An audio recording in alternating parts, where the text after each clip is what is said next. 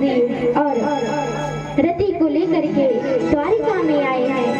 द्वारिका में बड़ा ही दिव्य स्वागत हुआ है और दोनों लोग सानंद जीवन यापन करने लगे। श्री सुखदेव जी महाराज कहते हैं, आसीत सत्राजितः सूर्यो भक्तस्य परमः सखा प्रीतस्तस्य मणिं प्रादा। एक सत्राजित नामक भगवान के बड़े ही भक्त थे। भगवान शिव जी के भक्त थे। अब वो बड़ी तपस्या किया करते थे भगवान शिव जी की। तो एक दिन भगवान सत्राजित से प्रसन्न होकर के प्रकट होते हैं और उनको एक मणि देते हैं जिसका नाम स्यमंतक होता है। स्यमंतक मणि की विशेषता होती है कि वो 8 भार सोना प्रतिदिन दिया करती थी। अब उस मणि को सत्राजित ने लिया और जहां भी जाता उस मणि को धारण करके जाता। अब एक दिन भगवान श्री कृष्ण के सभा में गए तो भगवान ने कहा कि सत्राजित, इस मणि को तुम उग्रसेन जी को दे दो जिससे कि इसका सही उपयोग किया जा सके। किंतु सत्राजित ने नहीं दिया और जब सत्राजित वहां से चला गया तो एक दिन उसका भाई प्रसेन उस मणि को धारण करके शिकार करने के लिए वन में गए। वन में एक सिंह ने प्रसेन को मार दिया और मार करके मणि को लेकर चला गया। रास्ते में एक रीछ मिला। उस रीछ ने उस सिंह को मार दिया और वो अब मणि को लेकर जाने लगा और ले जाकर के अपने बच्चों को खेलने के लिए उस मणि को दे देते हैं। काफी दिन बीत गया। जब प्रसेन वापस लौट कर नहीं आए तो सत्राजित अपनी पत्नी से कहता है कि मुझे लगता है कि श्री कृष्ण ने मुझसे मणि को मांगे लेकिन उस मणि को मैंने नहीं दिया। तो मुझे लगता है कि उसने मेरे भाई को मरवा करके मणि ले ली, स्वयं ले ली। सत्राजित ने अपनी पत्नी से बताया, पत्नी ने अपनी सखियों से बताया, सखियों ने अपनी सखियों से बताया और धीरे धीरे करड़े करड़े जपन जनाह संपूर्ण द्वारिका में यह बात फैल गई। जब द्वारिका में बात फैली, भगवान श्री कृष्ण जी के कानों तक पहुंची तो कुछ द्वारिका वासियों को भगवान श्री कृष्ण अपने साथ में लेते हैं और लेकर के मणि खोजने के लिए निकल जाते हैं। वन में जाते हैं तो देखते हैं प्रसेन मरा पड़ा था, उसके पास मणि नहीं थी।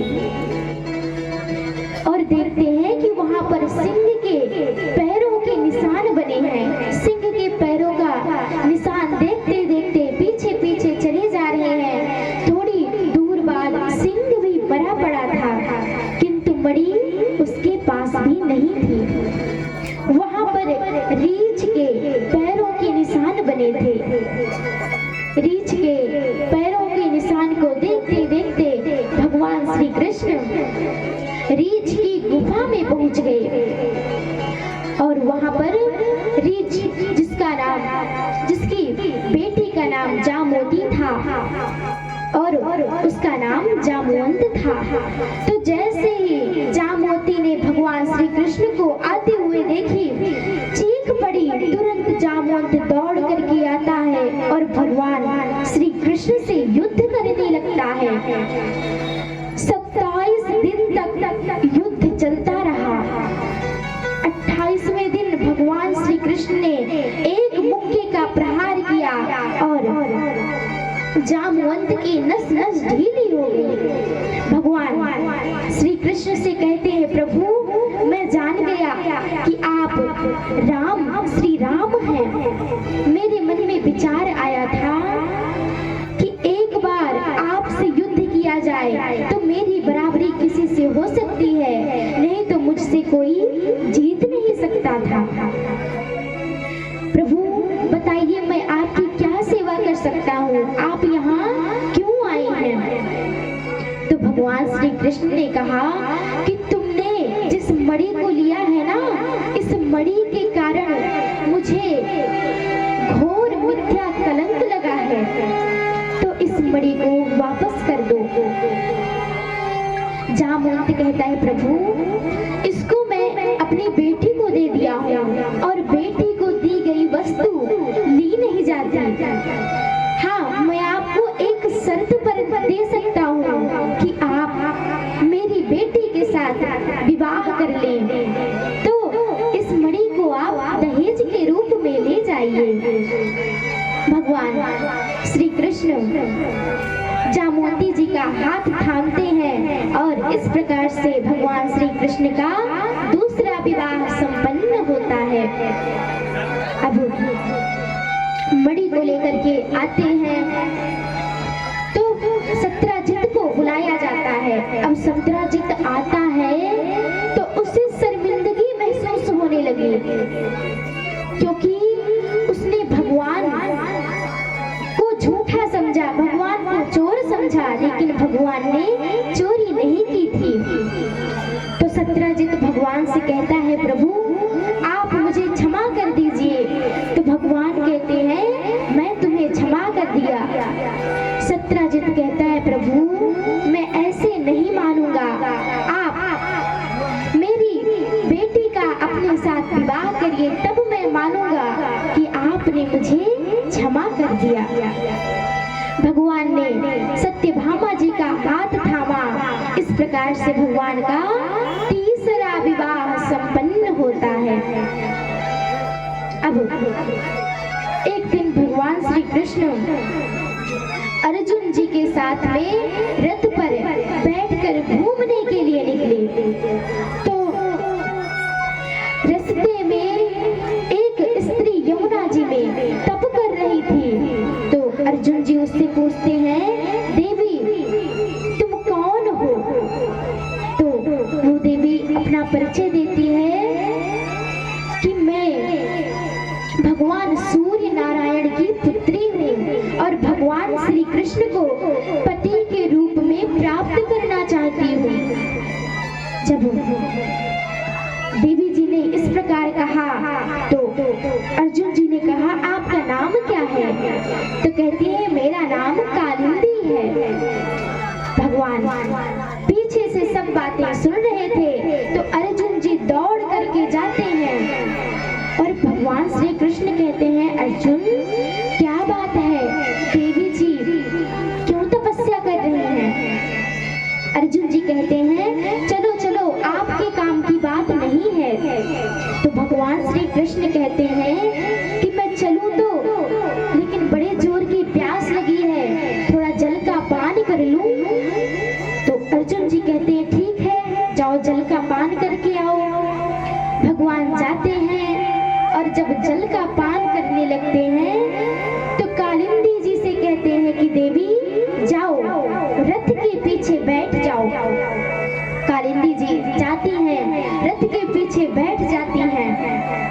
तब भगवान जब जल का पान करके जाते हैं तो अर्जुन कहते हैं कि कृष्ण इनको उतारो, रथ से उतारो।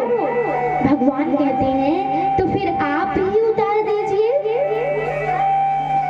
अर्जुन कहते हैं कि हम क्षत्रिय हैं और पराई स्त्रियों को हाथ नहीं लगाते हैं।